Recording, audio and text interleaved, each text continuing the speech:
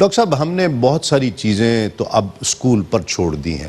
3 سال کا بچہ جب اسکول پہنچ جائے گا تو گھر سے اس نے کیا سیکھا، اسکول میں کیا سیکھا، کیا تعلیم و تربیت کتنی ضروری ہے، یہ بنیادی حق ہے ایک بچے کا۔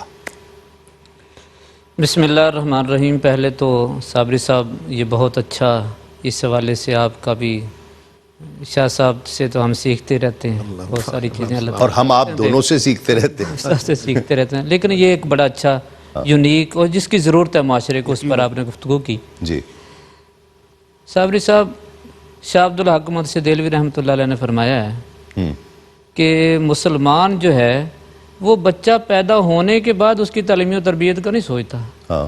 مسلمان کے لیے لازم ہے کہ وہ اس سے پہلے شادی سے بھی پہلے سوچے، اور آپ نے یہ بات خاص طور پر لکھی کہ مسلمان کے لیے بچے کی تعلیم و تربیت کا مرحلہ اس وقت شروع ہوتا ہے جب رشتہ طے ہوتا ہے۔ اسی لیے آپ علیہ الصلوۃ والسلام نے، آپ بچوں کے حوالے سے جتنی تعلیمات اسلام کی دیکھیں گے، آقا کریم صلی اللہ علیہ وسلم کی دیکھیں گے، آپ کو کہیں پر، پوری دنیا میں کہیں پر نہیں ملے گا، کسی قوم کے حوالے سے نہیں ملے گا۔ شاہ عبد الحق محمد دہلوی رحمۃ اللہ علیہ فرماتے ہیں خود ماں باپ کے لیے لازم ہے کہ جب ان کی شادی ہو جائے تو پہلے تو رشتہ کرتے ہوئے دیکھنا ہے کہ جس سے بچی اور بچے کا رشتہ کر رہے ہیں اس کا اپنا دین، اس کی اپنی تربیت کیسی ہے۔ جی ہاں، سب سے پہلے تو یہی دیکھنا ہے، پرتو ہونا ہے۔ اسی لیے آپ علیہ الصلوۃ والسلام نے فرمایا 4 وجہ سے رشتہ کیا جاتا ہے، حسن کی وجہ سے، نسب کی وجہ سے، مال و دولت کی وجہ سے، لیکن بچے گا وہ جو دین اور تربیت دیکھ کر رشتہ کرے گا۔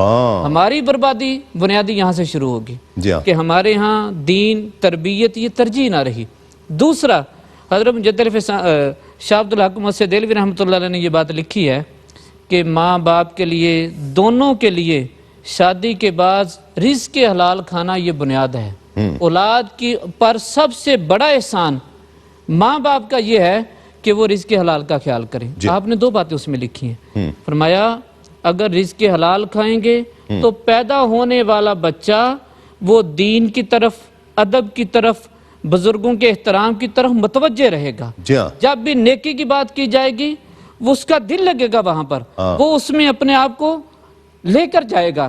اور اگر ماں باپ نے رزق حلال کا خیال نہ کیا اور شادی کے بعد آپس کے معاملات بھی جو ہیں ان کو ادب کے دائرے میں نہ لے کر آئے، ان کو سنت کی نہج پر نہ لے کر آئے، تو پیدا ہونے والا بچہ شیطانیت کی طرف متوجہ رہے گا۔ بالکل، یہ تو آپ نے حق فرمایا، اور یہ بات اصول ہے۔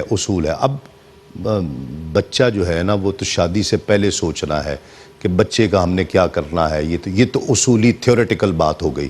ہمارے ہاں تو اب سوچتے ہیں کہ بچہ ابھی کرنا بھی ہے یا نہیں کرنا، 5 سال تو بچہ ہی نہیں کرنا ہے ہم نے، تو یہاں سے خرابی شروع ہوگی نا۔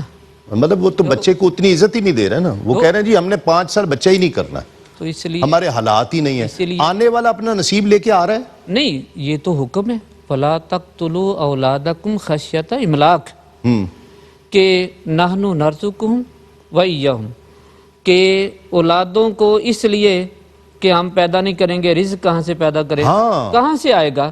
تو قرآن مجید فرقان حمید نے اس کی بار بار نشاندہی کی ہے کہ تمہیں بھی ہم رزق دیتے ہیں اور ان کو بھی ہم نے ہی دینا ہے۔ رزق کی ذمہ تو رب تعالیٰ کی ہے، وَمَا مِن دَابَّةٍ فِي الْأَرْضِ إِلَّا عَلَى اللَّهِ رِزْقُهَا، بے شک یہ پرندوں کے پاس کچھ نہیں ہوتا، صبح گھونسلے سے نکلتے ہیں خالی پیٹ نکلتے ہیں، شام کو آتے ہیں پیٹ بھرا ہوتا ہے۔ کوئی بھی جاندار ایسا ہے کہ جو کما کے رکھتا ہو؟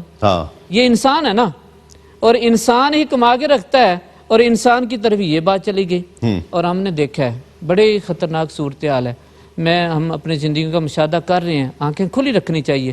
اکثر میں نے دیکھا ہے وہ ماں باپ جو یہ کہتے ہیں کہ ہم نے بچہ 1 یا 2 سے زیادہ پیدا نہیں کرنا، میرے پاس 1 نہیں 20 کیس ہیں کہ وہ بچہ جب 18-19 سال کا ہوا، 21 سال کا فوت ہو گیا، اب دونوں رو رہے ہیں، اب وہ عمر بھی نہیں رہی۔